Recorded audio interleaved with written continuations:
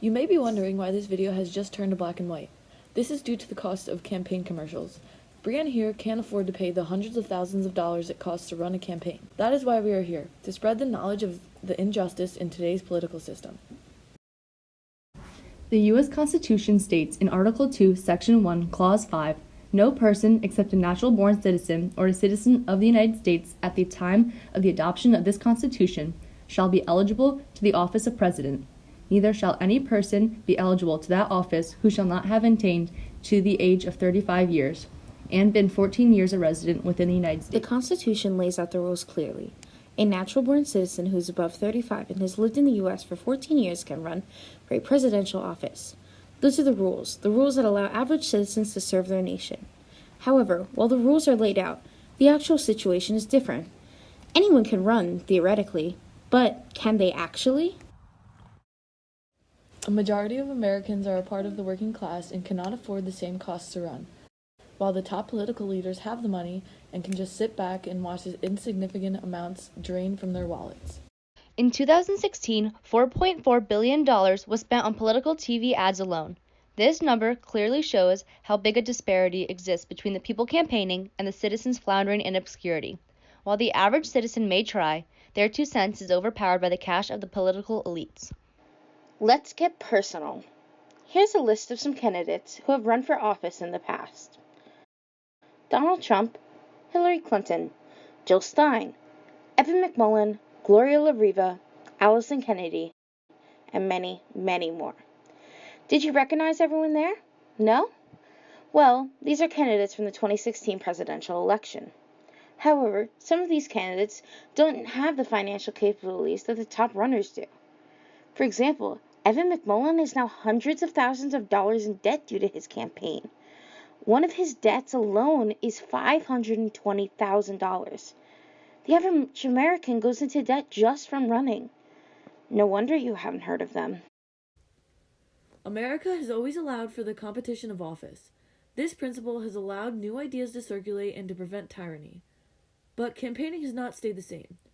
Andrew Jackson threw a White House party that anyone could come to. In 1900, William McKinley didn't even go out campaigning, simply just received visitors.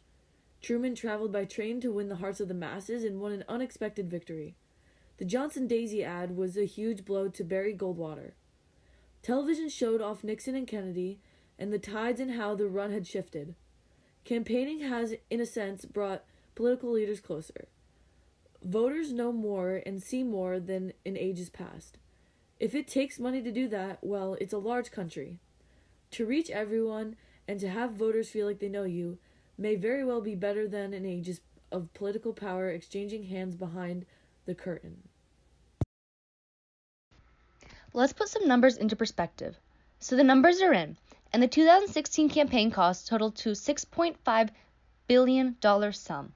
According to the Washington Post, with that much money, you could fund the Corporation for Public Broadcasting for 15 years, fix the Flint, Michigan lead pipe problem 30 times over, or give every public school teacher a $2,000 raise. The average cost for a representative campaign was $500,000. Looking at just how many people run, that's a lot of money. Every election season, this money is going towards winning voters, and to some, that's too much to spare. Now let's look at some videos reporting these numbers. In the 2014 cycle, according to the data on your website, media spending by candidates, and these were just House and Senate candidates, no presidential race in 2014, media spending accounted for almost $1.3 billion.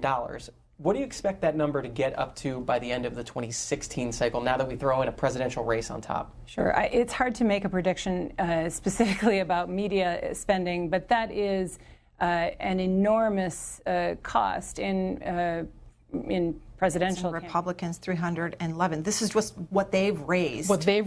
Directly for their campaigns. Yeah, and then let's take a look individually. Bernie Sanders right now has spent about $41 million so far. Hillary Clinton has spent about $32 million so far. In February. Just in the month of February. You had an election that was already crossing the $1 billion mark, billion with a B, by virtue of the incredibly competitive primary that particularly the Republicans were running with the multitude of candidates that they have, but also too because of the Hillary Clinton versus Bernie Sanders situation. So when you add that on to the many months that have transpired since then, we're already talking about a presidential race that easily is going to exceed $2 billion in spending, could be more than that.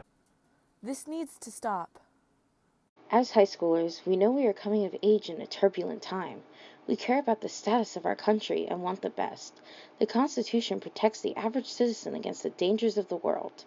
In a nation so focused on the preservation of democracy, the fact that we all have a chance to make our voices heard matters. Whether I have $3 million to spend or 10,000, whether I'm male or female, whether I come from a high or low status, it doesn't matter. Everyone has an equal chance to run. But when we look at the data and we see the disparity, we know this has to stop. In a perfect world, anyone could actually run for president without having to worry about campaign costs. A world where promises can stay true and where democracy flourishes. In a perfect world, we could afford color for this entire video.